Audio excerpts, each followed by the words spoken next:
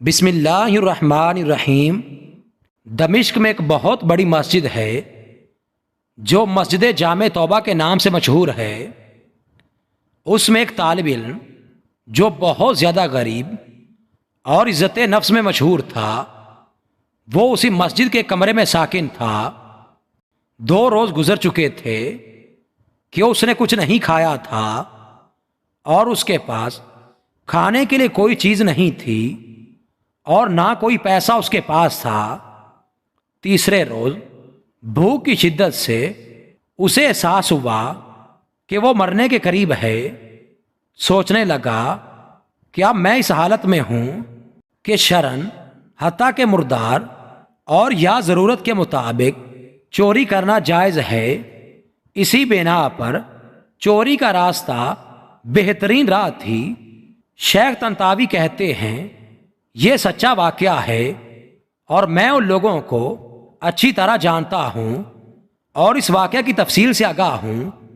یہ مسجد ایک قدیمی محلہ میں واقع ہے اور وہاں تمام مکانات قدیمی طرز پر اسی طرح بنے ہوئے ہیں کہ ایک دوسرے کی چھتیں آپس میں ملی ہوئی ہیں اور چھتوں سے ہی سارے محلہ میں جایا جا سکتا ہے۔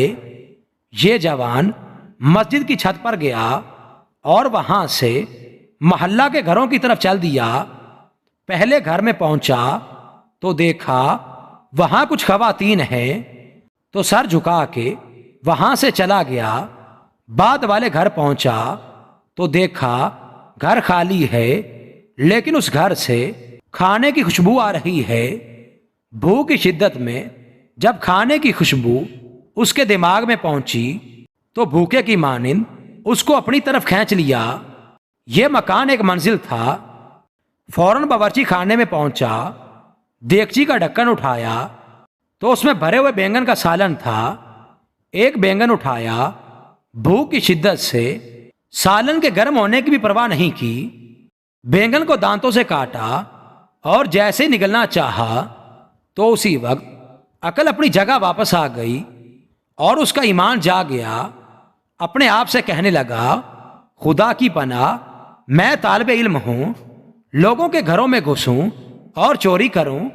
اپنے اس فعل پر شرم آ گئی، پشیمان ہوا اور استغفار کیا اور پھر بینگن کو واپس دیگچی میں رکھ دیا اور جیسے آیا تھا ویسے ہی واپس لوٹ گیا اور مسجد میں داخل ہو کر شیخ کے حلقہ درس میں حاضر ہوا۔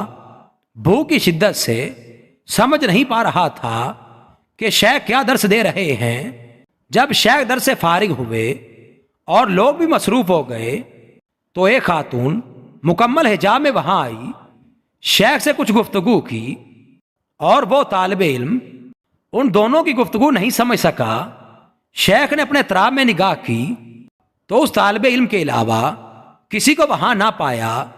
پھر اس کو آواز دی اور کہا، تم شادی شدہ ہو؟ جوان نے کہا، نہیں حضرت۔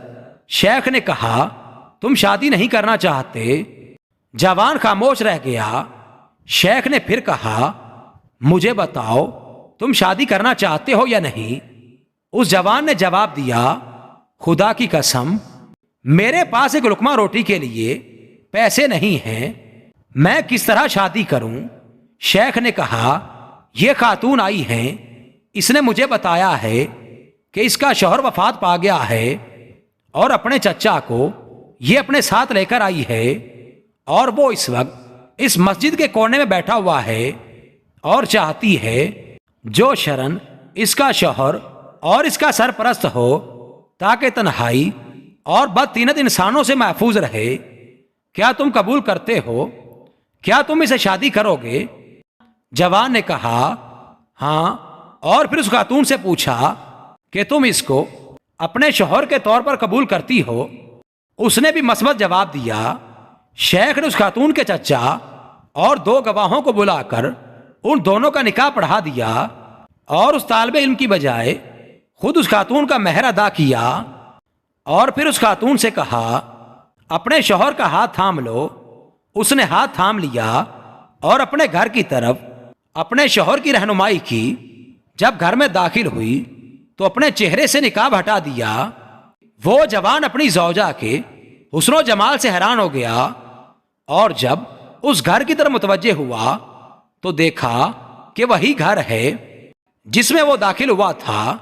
زوجہ نے شوہر سے پوچھا کہ تمہارے کھانے کے لیے کچھ لے کر آؤں؟ کہا ہاں لے آؤ۔ اس نے دیگچی کا ڈھکن اٹھایا اور بینگن کو دیکھا اور بولی عجیب ہے، گھر میں کون آیا تھا اور اس نے بینگن کو دانتوں سے کاٹا ہے۔ وہ جوان رونے لگا اور اپنا قصہ اس کو سنا دیا۔ زوجہ نے کہا یہ تمہاری امانت داری اور تقوی کا نتیجہ ہے۔ تم نے حرام بینگن کھانے سے اجتناب کیا تو اللہ تعالیٰ نے سارا گھر اور گھر کی مالکہ کو حلال طریقے سے تمہیں دے دیا۔ جو کوئی اللہ کی خاطر کسی گناہ کو ترک کرے اور تقوی اختیار کرے تو اللہ اس کے مقابلے میں بہتر چیز اس کو عطا کرتا ہے۔